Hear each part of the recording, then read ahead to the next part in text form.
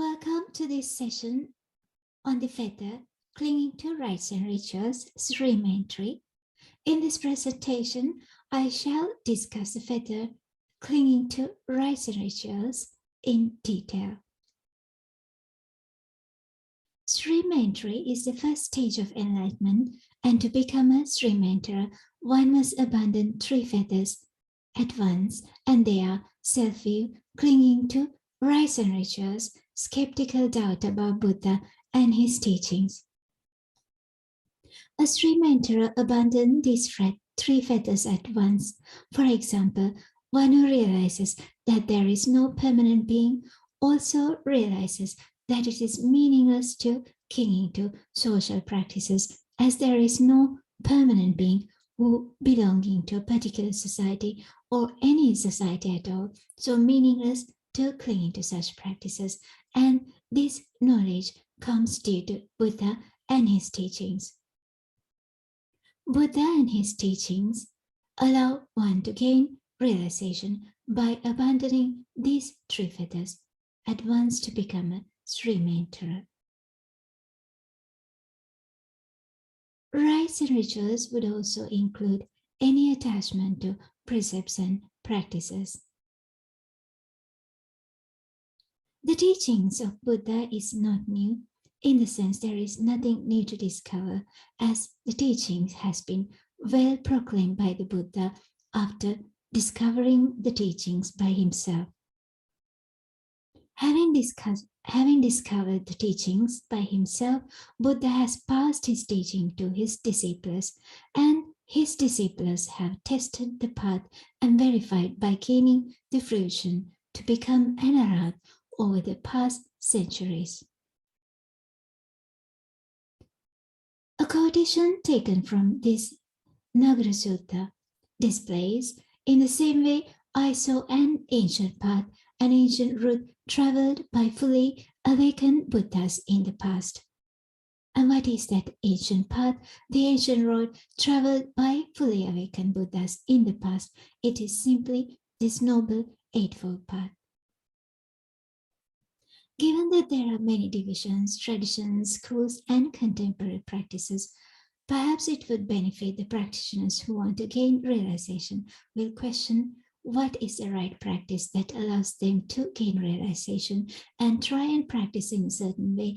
And if such a practice will not allow them to gain realization, and seek out alternate ways that allows them to gain realization. In this session, we shall speak about how to train one's mind in a way leading to Sri from the perspective of rites and rituals.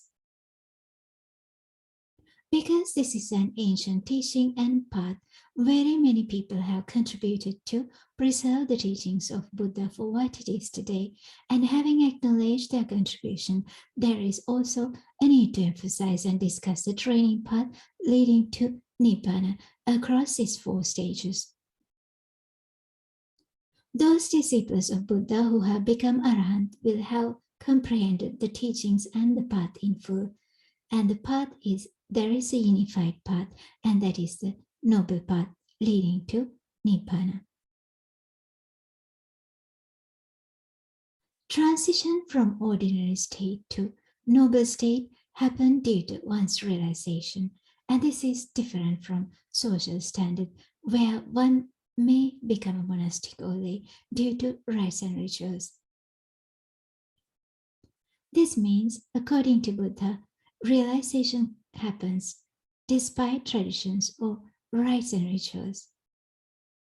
And this also indicates a person who becomes a Sri mentor becomes an open-minded person who is not restricted to standard social practices, but a liberated person from such practices. Noble person is the Sangha or disciples of Buddha.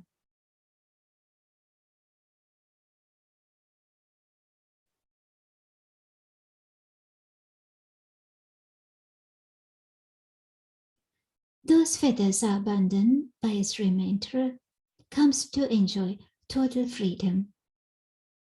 Sense of being restricted to self is abandoned.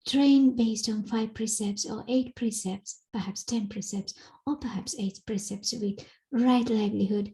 This is what is needed at the preliminary stage to become a stream mentor.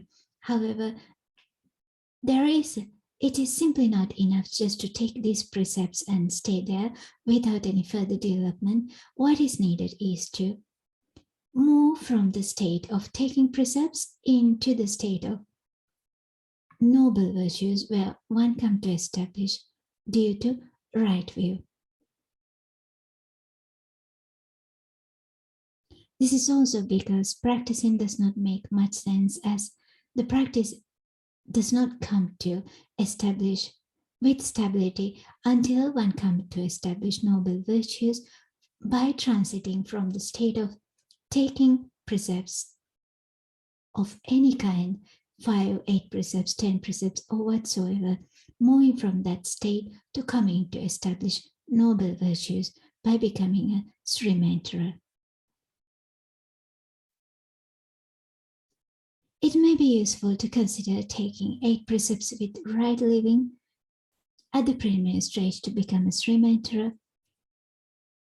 and it may be useful to consider 10 courses of wholesome action, especially that it also includes developing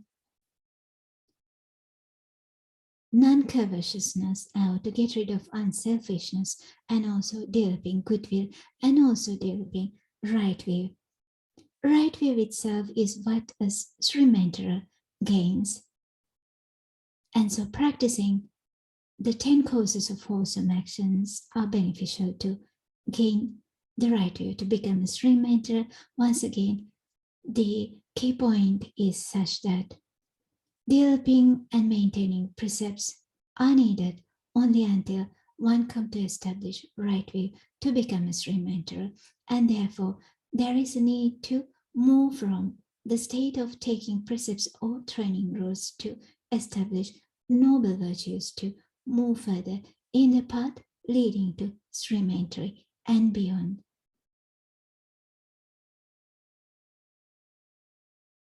This is also because precepts can be broken and noble virtues cannot be broken, and they are stable. This also explains why until one becomes a Sri Mentor, practice cannot guarantee one will be reborn in good planes of existence with stability, and so therefore need to emphasize the importance of gaining the right view to become a Sri Mentor.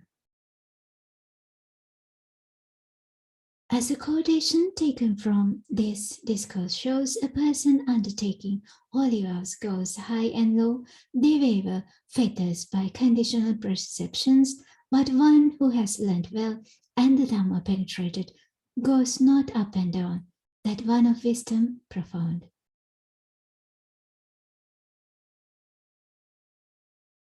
Right view, meaning understanding that self-view is the cause of all suffering, and self is the cause for clinging to things. Noble virtues comes to establish along with the 4 factors of Sri Mentor, which are perfect confidence of Buddha, his teachings, and noble Sangha, as we see in this discourse or sutta. In other words, to establish noble virtues, one should try and develop these 4 factors of Sri Mentor by recollecting the virtues of Buddha and his teachings, and also by trying to be a good person. And another way could also mean one could try and observe one's mind and reflect how thoughts and come and go to develop that non-self view. The practice is the key to gain realization, and we shall talk further about how one can go about practicing in a way leading to Sri Mentor as we go further along this presentation.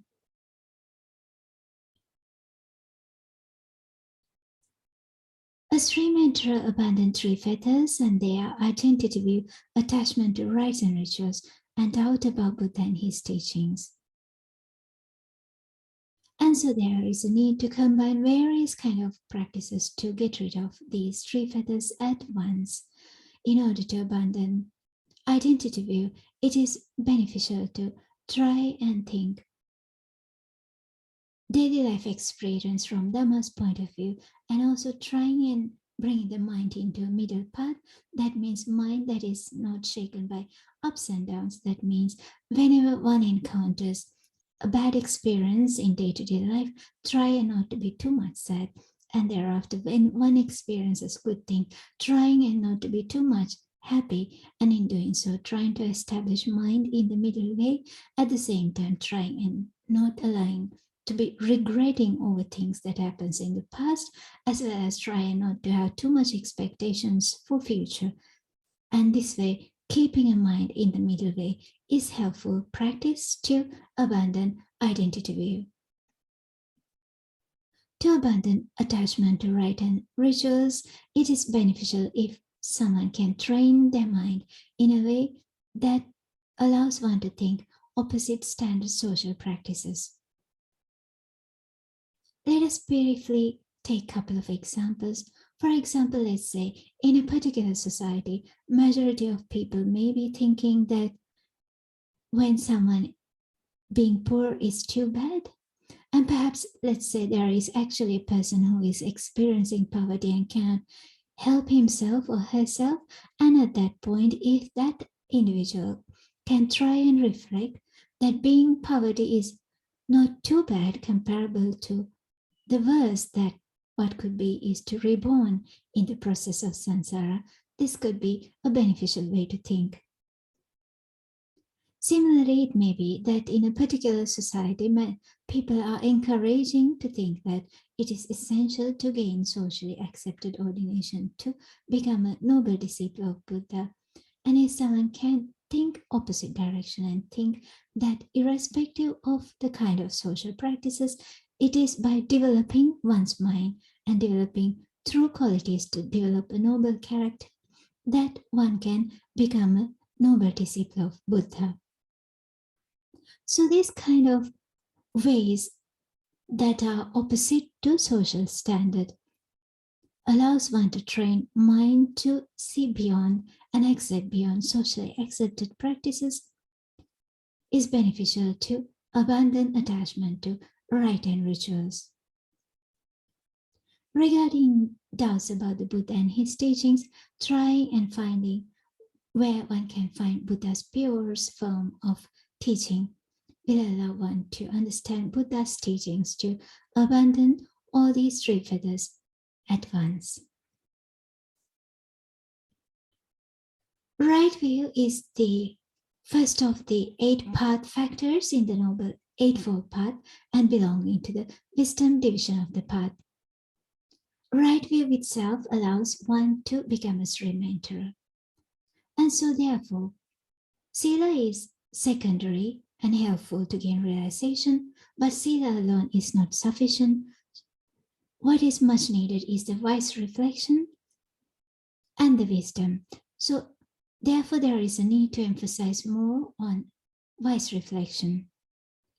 So for those individuals who are able to reflect daily life experience from Buddha's point of view in a wise manner, they will be able to make a transition from simply taking precepts into moving to maintaining noble virtues based on right view.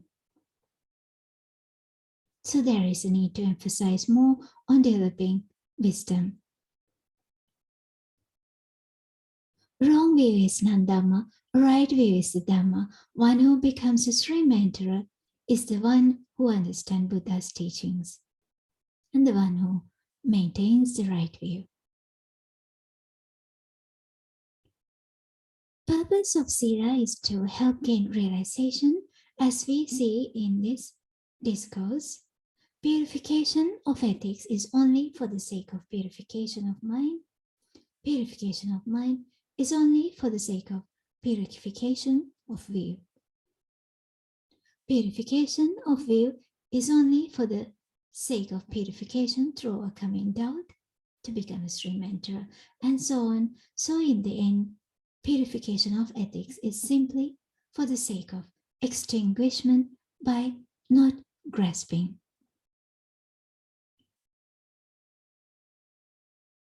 Noble standards and social standards are different. Social standards respect traditions in general, whereas noble standards respect purity.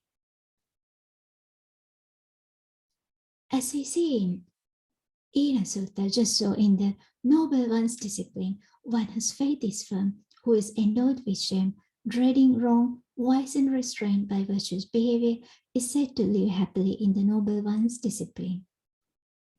Having gained spiritual happiness, one that resolves on equanimity.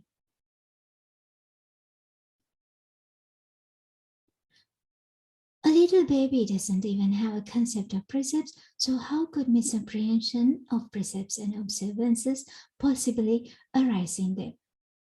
Yet the underlying tendency to misapprehension of precepts and observances still lies within them.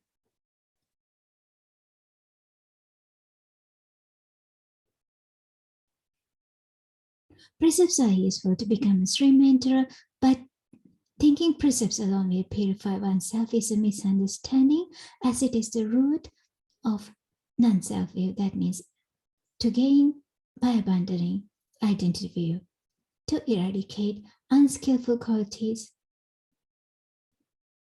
Further, as we see in this discourse, root need to be abandoned permanently, not just temporary precepts.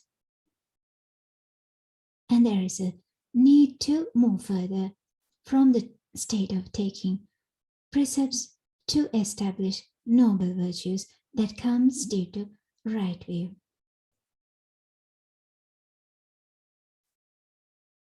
As we see here, I do not say that all Samanas and Brahmas or Nanda, so said Bhagavat, are shrouded by birth and old age, those who after living in this world, what has been seen or heard or thought, and all virtue and holy works after living everything of various kinds after penetrating desire are free from passion. Such indeed I call men that have crossed the stream.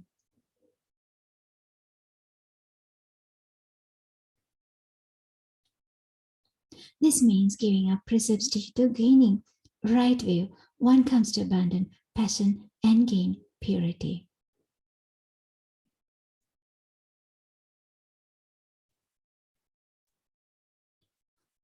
Also, noble standards and social standards are different.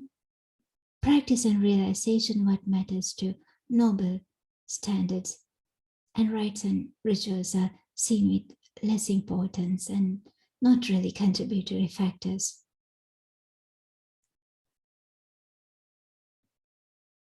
A quotation taken from this discourse shows, imagine that just by wearing an outer robe, someone with covetousness, ill will, irritability, hostility, and so on could give up the kind of bad qualities.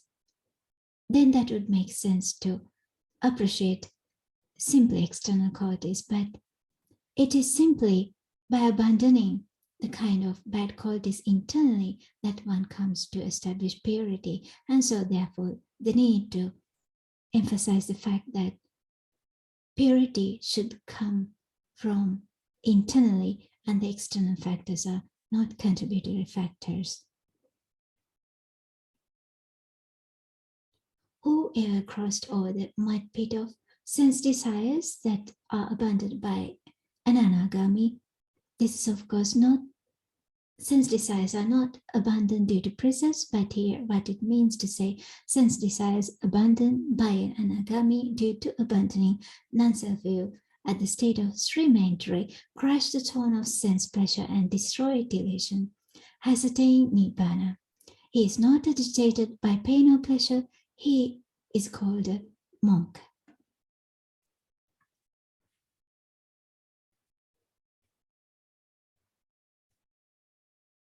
As we see across various suttas and also in Dhammapada verses, so the importance given to external factors are less, but what is needed is to emphasize more on purifying oneself internally.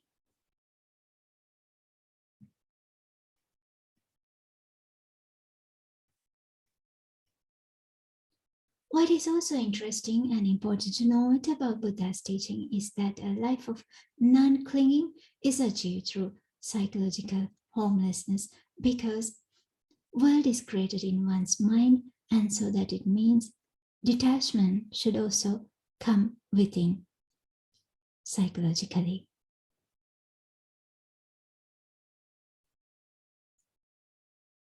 Realization itself is what makes one a noble person despite external factors, and Buddha's teachings encourage one to have an open mindset, to think beyond standard social practices, rites and rituals, and precepts.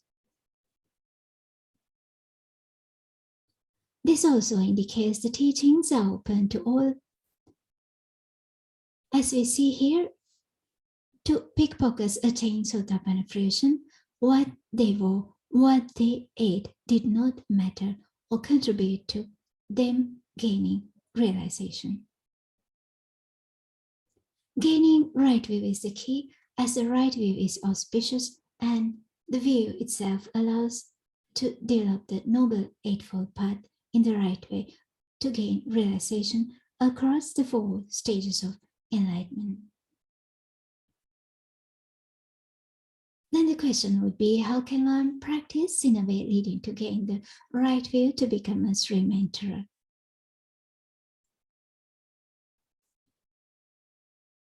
Reflecting on non-self view in daily life, such as so that when one encounters daily life experience, which can be really bad, let us say extreme event of a death or accident or illness, if one can try and think that this is also part of life, and this is the reality, and come to accept as it is, and then try and maintain a mindset that is not too much sad when really bad things happen, and also try and see even the good things in life are short-lived, and in doing so trying and bringing mind to the middle state, that means not too much sad, not too much happy, and maintaining in the middle is beneficial to abandon the identity view. Similarly, try not to regret our past and trying and not to have too much expectations into future, as when expectations fail, there comes disappointment, and in order to abandon that, it is beneficial to try and maintain a stable mind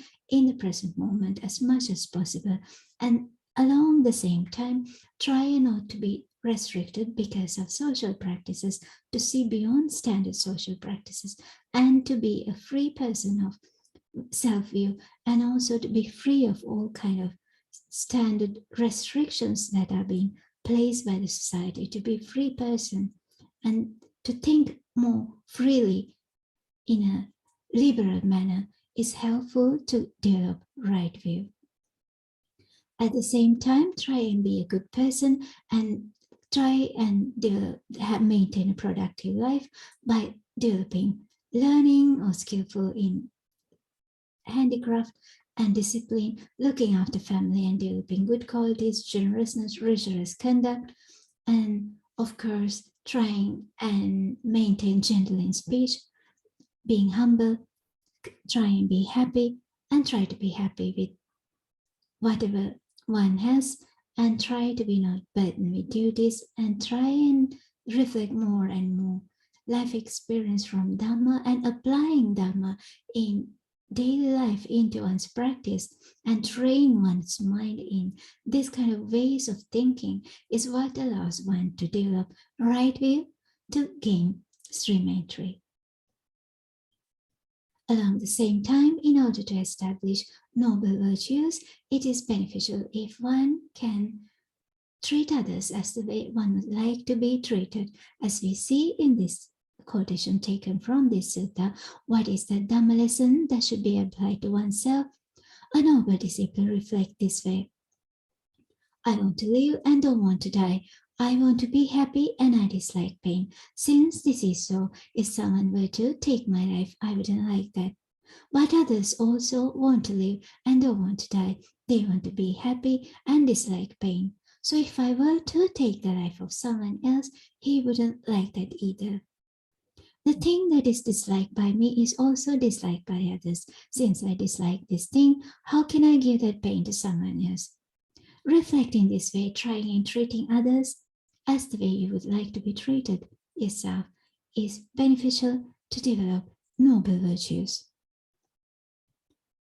Similarly, trying and develop the 4 factors of stream entry, which are the perfect confidence of Buddha, and this can be gained by reflecting the virtues of Buddha such that the Blessed One is perfected, a fully awakened Buddha, accomplished in knowledge and conduct, holy, knower of the world, supreme guide for those who wish to train, awaken, bless. This kind of reflecting on the virtues of Buddha is helpful to develop experiential confidence of Buddha, and thereafter reflecting upon the teachings of Buddha and Noble Sangha is beneficial to develop confidence in teachings and Noble Sangha. To summarize once again, trying and keeping a mind in the middle in daily life, in practice, and trying and living in the present moment as much as possible, being aware of one's thoughts and trying to think such thoughts are not self, and also trying to be not sad when really experience sad things in life, and trying to be not too much happy and not to regret of past and not too much expecting future, and trying to be happy as much as possible in the present moment. In this kind of practice is helpful to gain stream entry, along the same time reflecting Buddha and his teachings and the Noble Sangha, and also trying and being a good person to oneself and treat others as the way one would likely to be treated. And also essentially trying to be an open-minded person who can see beyond socially accepted practices are helpful to develop right view to become a stream mentor. This is the end of this presentation. Thank you very much.